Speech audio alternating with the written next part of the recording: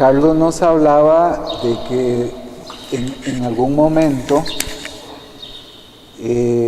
estamos aconsejando a una persona y tal vez no tenemos claro la respuesta, o sea, el tema no lo manejamos. Entonces, ¿qué es lo que se le aconseja ahí al que está aconsejando? ¿Alguno? ¿Liz? No. No. Bueno, lo que estábamos hablando, de lo que estaba yo leyendo, era que lo honesto, por decirlo así, es referirlo a alguien, ¿verdad?, que maneje el tema. En asuntos de la consejería, muchas veces la gente no solamente pregunta algo bíblico, sino algo que le está pasando, y el error nuestro sería contestarle, darle todo un seguimiento si no manejamos el tema. Entonces, para mí sería como mandarlo a alguien, ¿verdad?, tener recursos dentro de la iglesia, conocernos bien, de manera que alguien le pueda ayudar, ¿verdad?, en ese sentido. En el pasado yo recuerdo casos como el que tuvimos una persona que tenía muchos problemas con el asunto de finanzas, y nosotros reconocíamos que don Noé y doña Grace eran muy buenos en eso, y una vez mandamos a una persona que estuvo con ellos un tiempo, y ellos les ayudaron a ordenarse en las finanzas, y fue una gran bendición.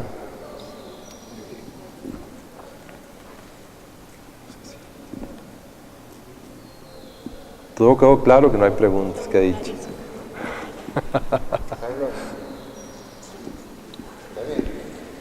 Voy a acercarme porque se quede. La parte secular de la consejería muchas veces se ha metido dentro de la iglesia. Quería que comentaras, ¿verdad?, en este caso, porque a veces, ¿verdad?, es importante, hay cosas que no manejamos nosotros, que ellos manejarían, pero hay cosas que ellos no manejan, que nosotros manejamos. Entonces, ¿cuál es el equilibrio ahí? Ok. ¿Alguno que quisiera contestar? No me dejen solo, por favor. Sí.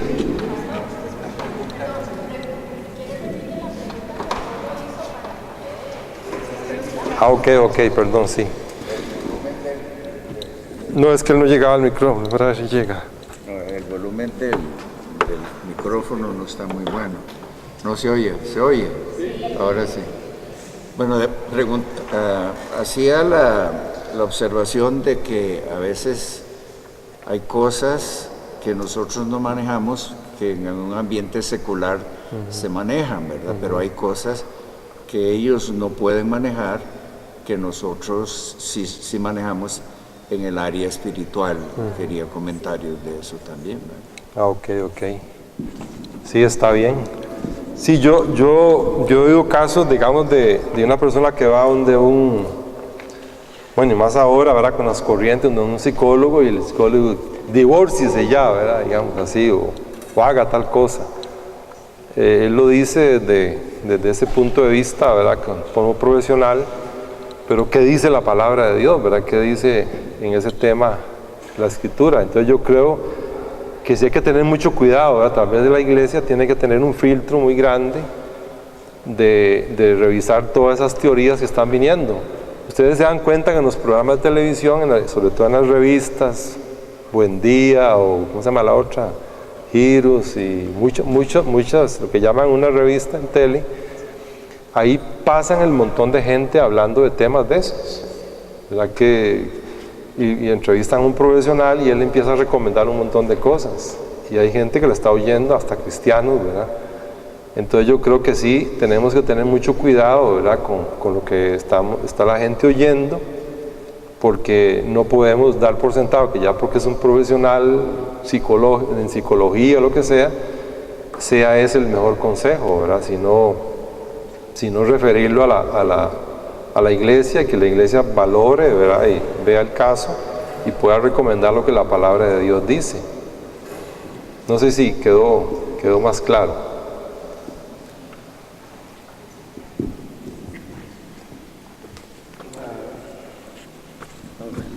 Desde aquí Partiendo de un principio bíblico, ¿verdad? Lo que es consejería, si alguien llega a pedir una consejería, pues de hecho es porque tiene un problema. Y me gustaría que se refiriera a Efesios 6:12 como un problema, que dice, porque nuestra lucha no es contra sangre ni carne, sino contra principados, contra potestades, contra los poderes de este mundo de tinieblas, contra las huestes espirituales de maldad en las regiones celestes. Entonces ahora estabas hablando de liberación y estas cosas, ¿verdad? Entonces, qué hacer con personas que uno siente que se acercan y, o sea, no es simplemente decirle, mira, hace esto y esto y esto, sino que tiene una lucha fuerte con algo de lo que nos habla aquí en Efesios 6:12. Ok. Bueno, en eso hace un tiempo, creo que fue Roldan también y otros, y en la iglesia se ha hablado de los ministerios y los dones. Pero yo creo que es muy importante reconocer dentro de la iglesia los ministerios y los dones que hay. Porque como dice Henry, muchas veces tal vez una persona en esa área topa con algo, no es que sea exclusivo de cierta gente echar fuera demonios, cualquiera lo puede hacer, pero sí uno reconoce gente dentro de la iglesia que manejan tal vez o se han metido más o tienen ese don, ese llamado, pueden ayudar en eso. Entonces que el consejero en ese momento que está enfrentando a lo que él está, ojalá que no sea el don de sospecha, ¿verdad? Sino que él pueda sentir, ¿verdad? Que algo espiritual está pasando, poder buscar dentro de la iglesia un hermano, ¿verdad? O gente que maneje bien ese tema y poder pedir ayuda para resolver el problema, porque puede ser, yo recuerdo un artículo yo en ese tiempo antes me sabía todas las revistas de memoria, ahora no, ¿verdad? Pero había un artículo de Don Monfort que decía carne o demonios, ¿se acuerdan? Un artículo donde él trataba precisamente eso, ¿verdad? De que había que discernir si el problema de la persona era un asunto carnal o habían demonios, ¿verdad? ¿Qué era, verdad? ¿Qué era el asunto? Entonces yo creo que sí en la iglesia necesitamos reconocer, ¿verdad? Ese tipo de dones también, porque puede ser que usted esté topando con una persona que tiene problemas serios y usted sospeche que hay algo demoníaco y tiene que ser tratado, porque si no, por más consejería y todo, ¿verdad? No lo va a resolver. Hay que echar fuera el espíritu inmundo. Entonces yo creo que sí es muy importante, ¿verdad? El poder dentro de toda la congregación reconocer los dones, ¿verdad? Y orar para que el Señor los manifieste en medio de nosotros para poder tener acceso a esas personas cuando topamos un caso así. Y es muy edificante, ¿verdad? Cuando uno llega a la persona que tiene ese don y puede resolver, o puede Dios a través de él traer una liberación.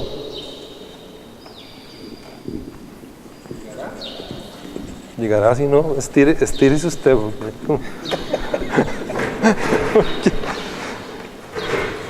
O por aquí, sí, por aquí.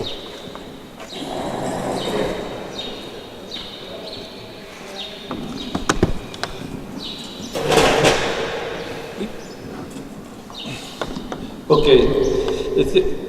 es más que todo un comentario. Dice en Mateo 7:6, no deis lo santo a los perros, ni echéis vuestras perlas delante de los cerdos, no sea que las pisoteen y se vuelvan y os despedacen. Yo siempre he tomado este pasaje porque, en el sentido de que, ¿qué sucede si usted le da una perla a un cerdo? Se la come y después la bota, ustedes saben por dónde, ¿verdad? Y muchas veces llegan a nosotros personas que no conocen de Cristo y nos desgastamos aconsejando personas que no conocen de Cristo. Es darle lo santo, me parece a mí, me corrige si me equivoco, a los perros.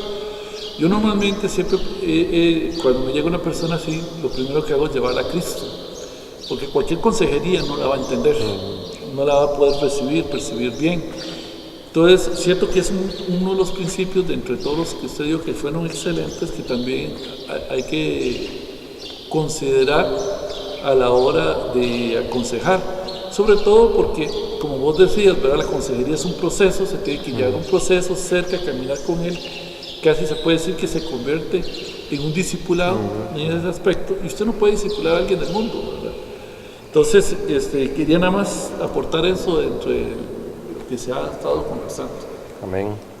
Muy claro, no muy claro, es cierto, tal vez en veces se comete el error, ¿verdad? De estar aconsejando gente sin que tenga una conversión. Igual pasa con el asunto de echar fuera demonios.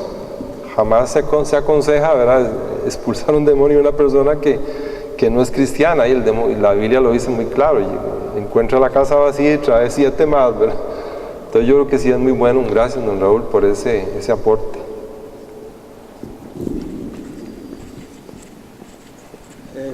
Don Carlos, es para una aclaración con respecto a las 10, ¿cómo es? Dijo usted 10 errores. consejos. Ajá, consejos. 10 errores. Una preguntita. Usted dijo que el consejero que llegue lo más limpio posible o así, en ese aspecto. Digamos, en el caso mío, que a veces hay personas que me piden un consejo de un motivo que yo he pasado ya por ahí. Entonces, con base en eso, yo puedo dar el consejo, pues, bajo mi experiencia y con respecto a la palabra de Dios, ¿verdad? ¿Se puede hacer eso? Sí. Sí, claro. Ahora, lo que estaba refiriéndome yo con eso, o el hermano ahí en eso, yo no sé cuántos de ustedes se atreven, ¿verdad?, a llegar a hablar con alguien con un reguero de conflictos en la cabeza, con problemas.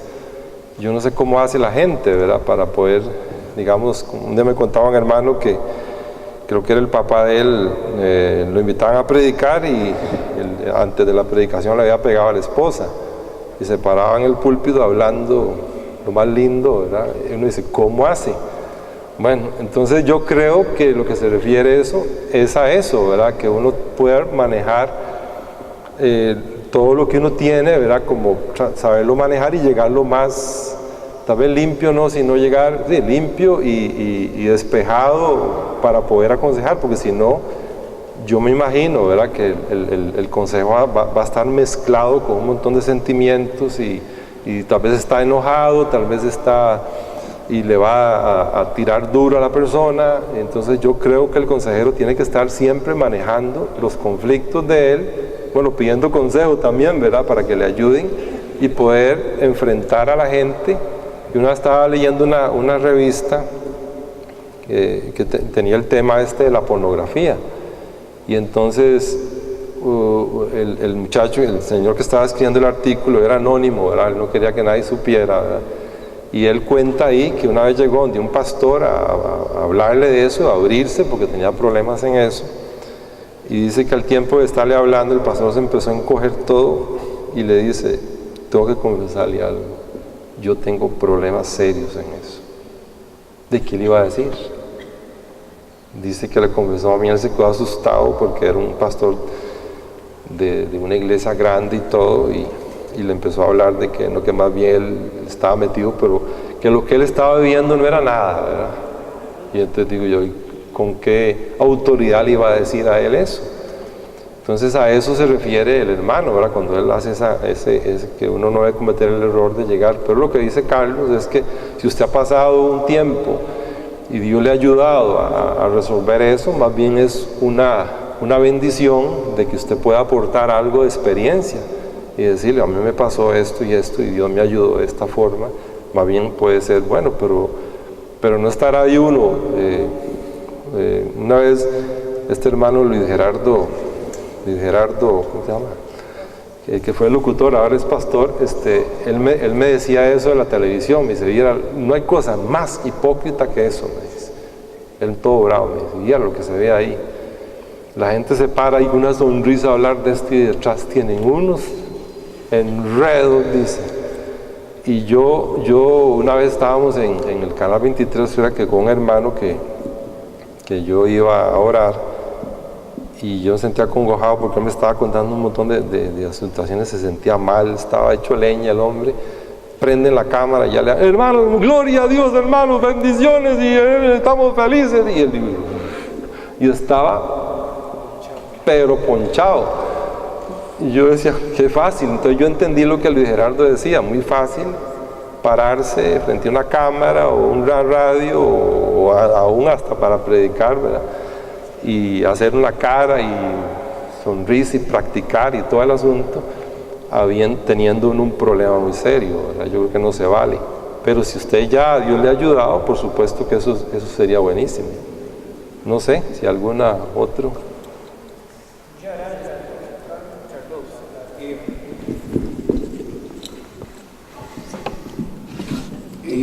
Nada más como para seguirle la seguidilla a lo que pregunta Carlos. Okay. Se me ocurren como 3 cosas diferentes también. Cuando Dios nos ayuda en algo, cuando nosotros en nuestro caminar, Dios nos ayuda a madurar en alguna área. La Biblia habla de cristianos que son como niños, ¿verdad? Que necesitan una lechita, ¿verdad? Tal vez no es un demonio lo que están enfrentando, sino que le hace falta que alguien le ayude, ¿verdad? A cómo hacer las cosas de niño para que pasen a la siguiente etapa de su crecimiento cristiano. A veces nos cohibimos porque no hemos pasado por algunas cosas. Y siento que eso tampoco necesariamente nos desacredita para darle algún consejo, alguna ayuda a un hermano que necesita, que está pidiendo. Yo creo que uno, a pesar de que no haya vivido ciertas cosas, hay ciertos principios que Dios ha puesto ahí como fundamento de nuestra fe, que nosotros podemos y debemos compartir con nuestros hermanos y hermanas de la comunidad, ¿verdad? Y donde nosotros nos podemos apoyar. Por eso Dios nos pone en comunidad. Sí, porque yo no haya pasado por un divorcio, no puedo aconsejar o ayudarle a una persona que esté pasando por esa situación. Ahora, también lo que dice Henry, ¿verdad? Es importante. Hay que tener las antenas todas puestas, porque a veces sí dependemos mucho de nuestra experiencia, de nuestras opiniones, de nuestras impresiones, y como vos bien lo decías, ¿verdad? Ponemos a un lado al Espíritu Santo y dependemos de nuestro propio entendimiento, y la Biblia igualmente nos aconseja y nos advierte que no debemos de hacer eso, porque siempre que lo hagamos vamos a caer. Entonces, básicamente, y otra cosa, hablando de lo que vos decías aquí también, no se vale ser hipócrita, pero a la misma vez Dios nos ha llamado a cumplir alguna tarea, y la manera, no estoy hablando del pecado, pero estoy hablando de la manera en que yo me siento, tampoco nos desacredita de cumplir la función que Dios nos ha llamado a hacer, ¿verdad? No voy a entrar en el tema, pero si el pastor fue llamado por Dios para predicar la palabra de Dios en las cámaras de televisión, no va a ser muy eficiente si ese día está un poquillo medio achantado, no por el pecado, sino porque que somos personas. Ay, hermanos, viera cómo me siento hoy, pero gloria a Dios. O sea, no va a haber un impacto. Sí, claro, yo entiendo. No se trata de ser hipócrita, se trata de cumplir la función que Dios nos ha dado a cada uno de la mejor forma que Dios nos ayuda. Y el Espíritu Santo interviene, y si somos sensibles y somos usados por Él, entonces Él nos ayuda en nuestra debilidad. Eso también lo dice Pablo. Entonces está bien ser débiles, entre comillas, en ese aspecto, pero Pablo no se achanta, más bien usa esa debilidad como para ánimo para todos nosotros. Entonces, esas 3 cosas para mí es el comentario. Primero, que usemos nuestro testimonio como herramienta, ¿verdad? Pero no dejemos que nuestra falta de experiencia en algunas cosas nos desacredite, porque Dios sí nos ha capacitado con principios fundamentales que sí podemos compartir. y a la misma vez que no depende de mi estado de ánimo, sino que depende de, ¿verdad?, el llamamiento de Dios para que yo cumpla con mi función. Muy bueno. No, muy bueno. A mi esposa le pasó algo así creo que fue con Andrés, cuando estaba en ese, bueno, las señoras sí entienden eso, yo no lo entiendo tampoco, cuando estaba dándole de mamar y entonces él se prendía mucho y le empezaba a, ¿cómo se llama?, como a morder el pezón, y entonces ese dolor. Y entonces recuerdo que el médico le dice, lo siento, le dice, yo no entiendo eso, pero tiene que darle leche, ¿verdad? Es decir, él no le podía decir, sí, yo he tenido la experiencia, no, él era un varón, ¿verdad? Pero él le dijo eso, ¿verdad? Como dice Carlos, tenía que hacerlo, él le decía, lo siento mucho, yo no puedo entender eso, pero lo que sí entiendo es que usted tiene que seguirle dando de mamar, ¿verdad? Póngase así algo, trate de curarse, hágase aquí, pero tiene que darle leche. Entonces yo creo que eso que dice Carlos es muy valioso, ¿verdad? De que a pesar de que usted no tenga la experiencia, el consejo de Dios hay que darlo, ¿verdad? ¿Otro? ¿Algún otro? Roldan. Vos dijiste acá que los mejores consejos surgen en el entorno de si hay compromiso, ¿verdad? Me gustaría que hablaras un poco de cómo debiéramos nosotros hacer para que aquella persona que busca el consejo de alguna manera llevarlo a ese compromiso, ¿verdad? Porque creo que muchas relaciones que tenemos actualmente no hay compromiso, sencillamente ellos se sienten bien porque tienen un pastor, ¿verdad? O yo quiero tener a ese pastor para poder cantar ahí en la alabanza, ¿verdad? Y decirle a la gente que yo tengo pastor. Pero tal vez hablar un poquito de eso, Carlos, de ese compromiso y cómo podemos llevar a la gente, confrontarlos y decirle, bueno, vamos a caminar juntos, pero necesitamos compromiso. Y la otra es, si la persona no se compromete, si lo echamos o continuamos con ellos, ¿verdad? Sí, se me viene a mí a la mente así el caso de Jesús, ¿verdad? Con los discípulos. Para mí es una enseñanza muy linda porque ellos vivieron con Jesús cosas muy lindas, pero también hubo momentos donde Jesús los confrontó, ¿verdad? Donde hubo confrontación. Recuerden aquel caso donde Jesús dice, ustedes también quieren irse, ¿verdad? Es decir, pero ellos, yo creo que habían entendido el compromiso que habían establecido con Jesús y no se movieron, ¿verdad? Siguieron adelante. Yo creo que en esto de la consejería, bueno, la relación es así. Muchas veces puede ser que todo vaya muy bonito, ¿verdad? Que el Espíritu Santo esté haciendo una obra linda en la vida de, ¿qué será? Un animal. Ay, Dios mío, están quemando al otro lado. Que se ponen a quemar ahí, se pone todo feo aquí. Pero digamos que nosotros tengamos ese cuidado, ¿verdad? De que como dice Roldan, yo creo que sí es importante, ¿verdad? Porque eso ocurre aún a nivel profesional, ¿verdad? Un médico, muchas veces la persona quiere que le diga todo, que es que yo no tal cosa, y el médico está bien, pero muchas veces el médico tiene que pararse firme y decirle, vea, si usted no hace este tratamiento, no puedo atenderla más, tiene que hablarle duro, ¿verdad? Yo creo que en veces así pasa en la relación de consejería, tiene que haber un compromiso, y yo creo que eso tiene que ser establecido antes, de decirle, vea, vamos a tratar este caso, pero van a haber momentos dados donde vamos a tener un estir y encoge aquí y usted tiene que estar dispuesto a caminar en esa área, ¿verdad? Porque si no, si todo es así, todo flores, y uno sabe que en la vida cristiana el Señor muchas veces hay cosas que a uno lo confronta, ¿verdad? Lo confronta fuerte. ¿Y qué hace uno? Salir en carrera. Entonces yo creo que sí es importante eso que dice Roldan, antes de establecer una relación y todo, es caminar precisamente a que se establezca bien y que la persona entienda, ¿verdad? Que para poder salir de ese asunto vamos a tener que tener alguna relación fuerte para poder enfrentar momentos difíciles dentro de la relación dentro del conflicto que está ahí. No sé si otro más. ¿Me da por aquí, don Raúl? No. Vámonos. No, cierra así. No tanto.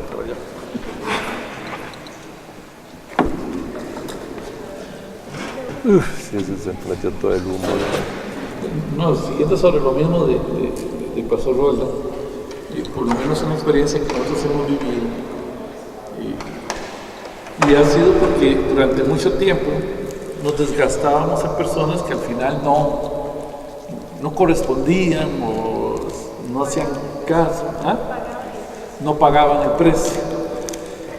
Nosotros éramos de ir hasta la casa de ellos y llegar, y al final no veíamos resultados porque se los estábamos facilitando mucho, más bien, y no tomaban ese compromiso. Entonces llegamos y decidimos que cuando lleguen, ponerles las reglas sobre la mesa. Que nosotros estamos dispuestos, vamos a pagar todo nuestro precio, vamos a hacer un pacto con ustedes, pero estas son las reglas de juego. Ajá. Y siempre hay unas preguntas que hacemos claves y parecen tontas, como, perdonando la expresión, como cuando Jesús llega y le dice al paralítico, ¿qué quieres? ¿Qué iba a querer? ¿Verdad? Era obvia la pregunta. Entonces ellos llegan y yo les digo, ok, ¿qué es lo que ustedes desean de nosotros? Muchas veces se nos quedan mirando así todos extrañados, ¿y por qué me está haciendo esa pregunta? Es obvio, ¿verdad? Pero uno lo que busca es ver, ok, ¿cuáles son sus expectativas? ¿Hasta dónde llegan? ¿Qué es lo que desean? Si es algún consejo de un momento o quieren algo más allá.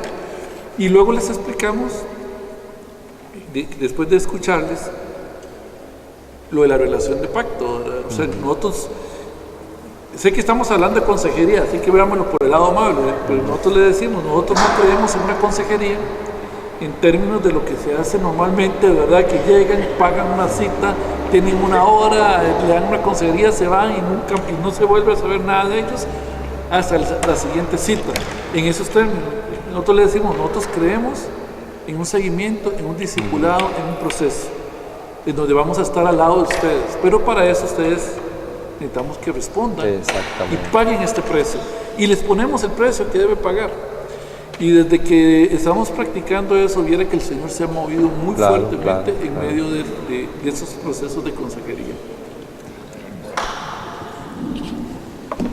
Hace muchos años estaba con un dolor, o tenía el estómago endurecido, no me dolía nada.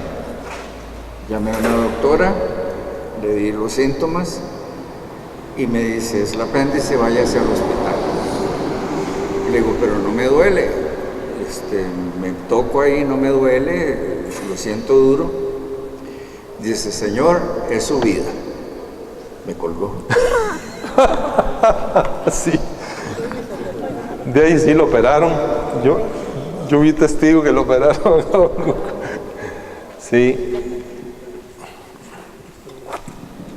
Siguiendo en lo que mi hermano Rolda me preguntó, entonces, ¿qué se debe hacer al final? ¿Echarnos o qué? Es su vida. No, yo creo eso. A mí me pasó cuando yo estaba en ese tiempo con Emilio, ¿verdad? Me acuerdo, y yo era así un poco tímido y todo eso. Entonces empecé una relación con la que es ahora mi esposa, y ya estábamos por casarnos, estábamos en eso, y entonces Emilio me dijo, bueno, tenés que hablar con tu suegro y decirle, ¿verdad?, que te quieren casar. Y yo le daba riendas, ¿cómo se llama? Le daba tiempo, y un día Emilio me dice, ¿ya le hablaste? Digo, no, te doy esta semana, que esta semana no pase eso. Y yo tuve que hacer el esfuerzo de decir, tengo que obedecer, ¿verdad? Algunas veces a uno tienen que ponerle condiciones, ¿verdad? Porque si uno le da largas, a lo mejor no estuviera casado, ¿verdad? Entonces yo creo que sí, ¿verdad? Como dice don Hugo, muchas veces es eso. Y contestando lo que ella dice, eso sí es difícil, ¿verdad? Porque yo creo que en una relación así, habrá momentos dados donde la persona puede seguir asistiendo a la iglesia, no le puede decir que no, pero yo creo que se tiene que clarificar eso, que mientras no se pase de ciertas condiciones no se puede seguir en eso. La persona verá qué hace, verá después, pero no se puede echar, a no ser por pecado. Yo quiero preguntarle a Raúl a ver si me ayuda específicamente más con las condiciones las condiciones que le pone a las personas, porque yo sé que es una debilidad mía. En el pasado he llevado gente a los pies del Señor, pero después como que, no sé, tal vez no se arrepintieron completamente porque de un pronto a otro no están en los caminos del Señor. Entonces me desanima un poco eso, y parte es que yo creo que tal vez no los he llamado a cuentas o no les he puesto las condiciones, no sé, quiero aprender. Entonces por eso quiero preguntarle, cuando usted dice que les pone, ¿qué fue lo que dijiste? Condiciones, a ver, que paguen el precio, quiero saber un poquito más de eso. Santo Dios. Ahora sí. Normalmente lo que hacemos es, primero enterarnos con qué expectativas vienen, qué es lo que desea. Entonces siempre le decimos qué es lo que quiere que hagamos. O sea, en dónde entramos nosotros, los escuchamos en todo su problema. Después de que se han desahogado ambos en todo su problema, normalmente son parejas, ¿verdad? Le decimos, ok, ¿ustedes qué quieren que nosotros hagamos? ¿En dónde entramos nosotros en el juego? Es lo que le decimos. Ellos se quedan asombrados por la pregunta, ¿verdad? Normalmente. Ya nos exponen, ya medio tartamudean, pero ya más o menos les damos la primera confrontación al asunto. Las condiciones normalmente que les ponemos son estas. 1, si no ha aceptado a Cristo, les presentamos a Cristo y le decimos, quiero que comprendan con todo el dolor de mi alma, pero si usted no recibe a Cristo como su Salvador, no podemos hacer nada, porque nosotros nos apoyamos en Cristo. Y la única forma que tú puedes avanzar es a través de Cristo Jesús. Y entonces le presentamos el Evangelio, le decimos lo importante, perfecto. Pasado esa etapa, le decimos, nosotros no creemos en una consejería meramente. Entonces, nosotros creemos en un proceso, queremos ir con ustedes, pero para eso necesitamos ciertos compromisos de ustedes para con nosotros. Entonces le ponemos un ejemplo, vamos a vernos todas las semanas en esta primera etapa, de acuerdo a la crisis. Todos los miércoles a las 7 ustedes vienen aquí a mi casa. Yo no los voy a estar siguiendo, no los voy a estar recordando. Ustedes ya saben, todos los miércoles a las 7 aquí en la casa, llueva o truene. Y les comento la experiencia que tuvimos mi esposa y yo con el pastor Jaime, que fue el pastor que teníamos en otra iglesia, cuando nosotros nos separamos y tuvimos la crisis matrimonial. Y nosotros íbamos en una vespilla todos los miércoles hasta allá Santana, ¿verdad? A consejería. Incluso debajo del aguacero, siempre nos íbamos hasta allá. Él nunca llegaba a nuestra casa. Y pagamos su precio y fue bendición para nosotros. Entonces nosotros le decimos, ese es un principio. El otro principio, nosotros les vamos a dejar tareas o compromisos a realizar. Ustedes tienen que cumplirlos. Si nosotros les dejamos y ustedes empiezan a no hacerlos y no hacerlos, no va a funcionar. Necesitamos un compromiso de obediencia. No nos vamos a meter en tu vida. Pero sí, hay ciertos aspectos en los cuales tienen que avanzar en obediencia, porque si no vamos a estar tirando perlas a los cerdos. Yo siempre les leo ese pasaje, no quiero echarle perlas a los cerdos. Entonces necesitamos ese compromiso. El otro aspecto que siempre les pido, y es un poco complicado, es necesitamos que vengan a la célula, aparte de la consejería. En la consejería estamos tratando su situación personal. En la célula ustedes están creciendo espiritualmente con los demás hermanos. Y un principio es, yo necesito ver ese avance también en su crecimiento espiritual, tienen que venir a la célula. Quiero verlos en la iglesia, ¿verdad? Digo que es delicado porque si vienen de otra iglesia, normalmente yo prefiero referirlos al pastor de esa otra iglesia.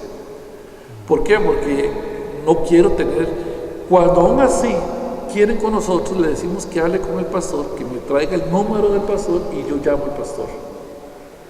Y me pongo y les digo que yo voy a estar retroalimentando al pastor de ellos, ¿verdad? ¿Por qué? Porque tenemos que ser respetuosos de otras congregaciones, pero normalmente le pedimos la célula. Por eso es importante, tan importante, hermano, las células, ¿verdad? En la iglesia. La asistencia a la iglesia, para los que están ya en la iglesia, yo soy muy radical en cuanto a congregarse, ¿verdad? No por religiosidad, Dios sabe que no me mueve un espíritu de religiosidad, pero para mí es importante el congregarse, ¿verdad? Entonces es un principio, y yo siempre les digo, van a haber situaciones familiares y de todo tipo que les van a frenar a congregarse, pero en este proceso quiero verlos siempre en la iglesia. Si no van a ir, que me llamen, que me digan, para que haya una comunicación. Más o menos ese es el proceso que yo les doy. Ok, está bien.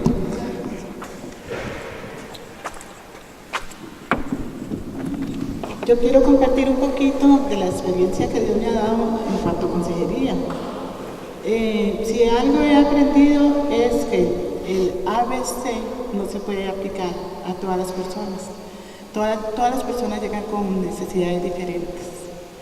Y también algo que he aprendido mucho con el temor a Dios es que me preparo espiritualmente, porque cuando una persona viene y es confrontada por el Espíritu Santo, se manifiestan cosas espirituales o naturales. Entonces en eso tenemos que estar preparados. La otra cosa es que es una tercera cosa que siempre tengo clara: yo nunca puedo poner a una persona al nivel espiritual en el que yo estoy. Tengo que respetar el proceso espiritual en que Dios tiene a la persona y como Dios lo va caminando. Porque generalmente en las consejerías algunas veces resulta todo bien, Dios hace la obra rápido, bueno, es un fruto rápido, pero en otras veces, y la mayoría de veces, es muy lento. Y sucede esto que acaba de decir Liz.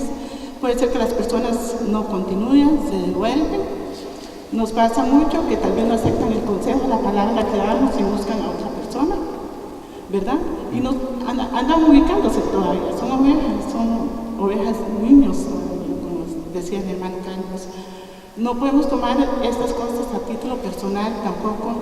No puedo involucrarme en sentimientos con la otra persona, sino tengo que confiar en la obra del Espíritu Santo, de lo que va haciendo paso a paso en el caminar. Puede ser que las mismas personas se devuelvan y lo busquen a uno, pero aquí no somos importantes nosotros en este momento.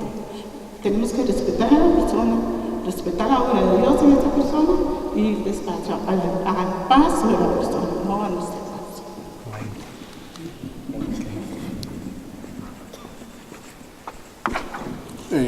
Estaba recordando un canto muy hermoso que dice que el poder del cristiano está en la oración.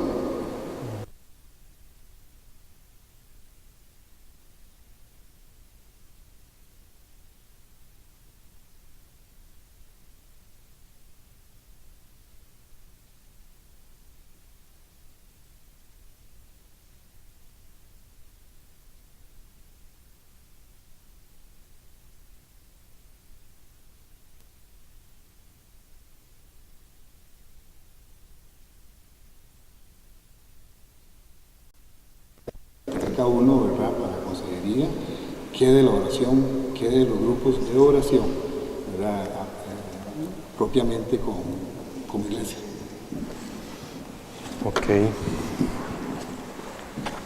Bueno, yo creo, tal vez don Hugo nos puede también ayudar en eso. Yo creo que, bueno, hay iglesias que son muy estrictas, ¿verdad?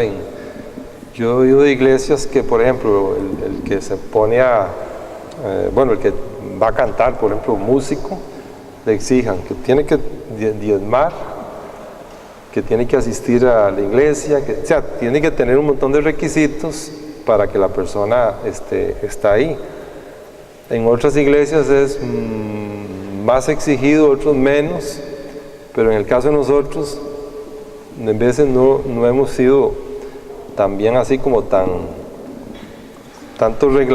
regla, ¿verdad?, en ese sentido, pero sí, tal vez, no sé, ¿verdad? ¿Qué dice don Hugo? Si le voy a tirar la...